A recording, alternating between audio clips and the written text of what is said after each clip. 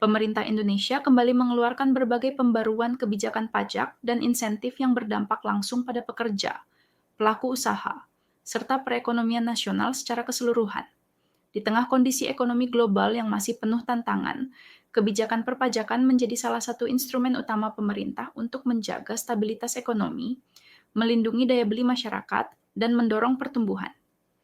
Dalam beberapa tahun terakhir, Indonesia menghadapi tekanan dari perlambatan ekonomi global, fluktuasi harga komoditas, serta peningkatan biaya hidup.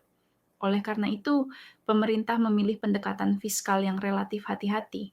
Fokus kebijakan pajak saat ini bukan pada penambahan jenis pajak baru, melainkan pada pemberian insentif dan perbaikan sistem perpajakan agar lebih efisien dan adil. Pemerintah menegaskan bahwa dalam waktu dekat tidak akan ada penambahan pajak baru, selama kondisi ekonomi belum sepenuhnya stabil dan pertumbuhan belum mencapai tingkat yang diharapkan. Salah satu kebijakan yang paling banyak mendapat perhatian publik adalah insentif pajak penghasilan pasal 21 yang ditanggung oleh pemerintah, atau yang dikenal sebagai PPh 21D TP. Melalui kebijakan ini, pajak penghasilan karyawan tidak lagi dipotong dari gaji, melainkan dibayarkan oleh negara. Artinya, pekerja menerima gaji secara lebih utuh dibandingkan sebelumnya. Kebijakan ini ditujukan untuk membantu pekerja menjaga daya beli mereka, khususnya di tengah kenaikan harga kebutuhan pokok. PPh 21 DTP diberikan kepada karyawan dengan batas penghasilan tertentu, yaitu hingga sekitar 10 juta rupiah per bulan, sesuai ketentuan yang ditetapkan pemerintah. Namun perlu dipahami bahwa insentif ini tidak berlaku secara otomatis untuk semua pekerja. Penerapannya difokuskan pada sektor-sektor tertentu yang dianggap strategis dan padat karya, seperti industri manufaktur, tekstil, alas kaki, furnitur, serta sektor pariwisata dan perhotelan. Dengan menyasar sektor-sektor ini, pemerintah berharap dapat menjaga keberlangsungan lapangan kerja dan mencegah terjadinya pemutusan hubungan kerja. Bagi para pekerja, dampak kebijakan ini sangat terasa. Tanpa potongan pajak penghasilan, take-home pay meningkat setiap bulan. Selisih yang diterima bisa mencapai ratusan ribu rupiah, tergantung pada besaran gaji masing-masing. Tambahan penghasilan ini dapat digunakan untuk memenuhi kebutuhan rumah tangga, pendidikan, kesehatan, maupun tabungan. Dalam konteks ekonomi yang lebih luas, peningkatan pendapatan bersih ini diharapkan mampu menjaga konsumsi masyarakat agar tetap stabil. Konsumsi rumah tangga merupakan salah satu penggerak utama ekonomi Indonesia.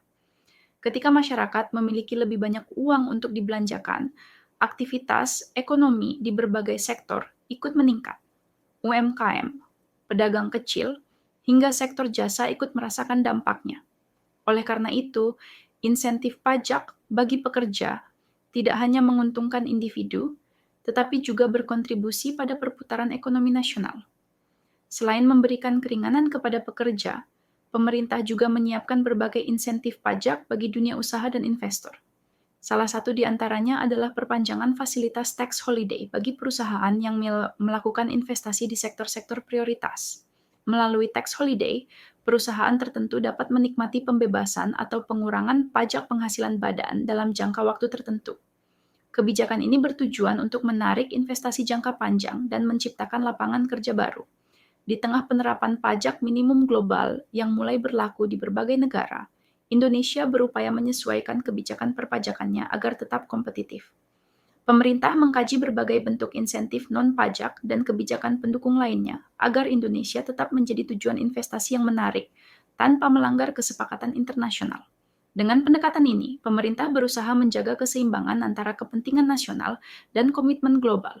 Tidak hanya fokus pada insentif, pemerintah juga terus melakukan reformasi sistem perpajakan. Digitalisasi menjadi salah satu pilar utama dalam reformasi ini.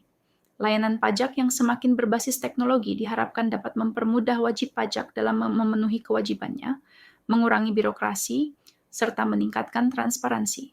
Dengan sistem yang lebih modern, pemerintah berharap tingkat kepatuhan pajak dapat meningkat secara alami, tanpa harus menaikkan tarif atau menambah beban baru bagi masyarakat. Reformasi ini juga bertujuan untuk memperluas basis pajak dan meningkatkan kualitas data perpajakan. Dengan data yang lebih akurat dan terintegrasi, pengawasan dapat dilakukan secara lebih efektif. Pada akhirnya, penerimaan negara dapat meningkat secara berkelanjutan.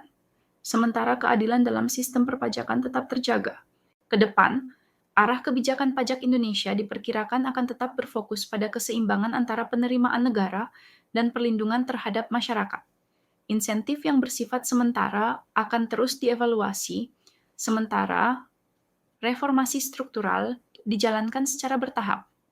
Pemerintah menegaskan bahwa pajak tetap menjadi tulang punggung pembiayaan pembangunan, namun penerapannya harus memperhatikan kondisi ekonomi dan kemampuan masyarakat. Secara keseluruhan, pembaruan kebijakan pajak dan insentif ini menunjukkan upaya pemerintah untuk merespons tantangan ekonomi dengan pendekatan yang adaptif. Bagi pekerja, kebijakan ini memberikan ruang untuk bernapas melalui peningkatan penghasilan bersih. Bagi dunia usaha, insentif dan kepastian kebijakan memberikan dorongan untuk terus berinvestasi dan berkembang. Dan bagi perekonomian nasional, kebijakan ini diharapkan dapat menjaga stabilitas sekaligus mendorong pertumbuhan yang berkelanjutan.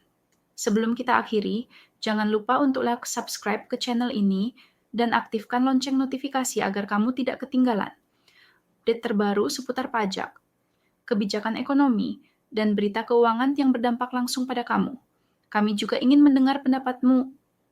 Apa yang kamu pikirkan tentang pembaruan kebijakan pajak dan insentif ini? Apakah kamu sudah merasakan dampaknya, atau menurutmu pemerintah masih perlu melakukan lebih banyak? Bagikan pendapat dan pandanganmu di kolom komentar di bawah.